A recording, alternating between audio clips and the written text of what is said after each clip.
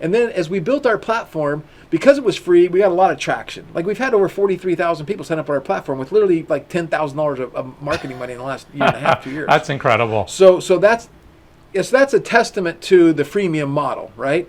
And then the next part of that is what when we got to a point where we felt that we were ready, which was February of 2022. I started reaching out to what I call e-commerce influencers. And these are e-commerce influencer to me is somebody who teaches people how to make money setting up and selling online. And 100% of them recommend and use Shopify.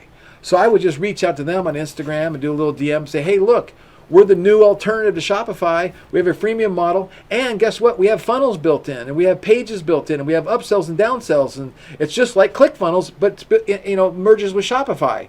And again, anybody in the digital marketing world knows what that means. And so they come look at us and they go, wow, this is great because I'm trying to teach a student how to make money online. And if they give them an easier platform, Launchcart versus Shopify, their students get onboarded faster, their students get up and running faster, and their students start making money faster. So a lot of them started switching over to Launchcart and recommending Launchcart, and that's also driven thousands and thousands and thousands of customers.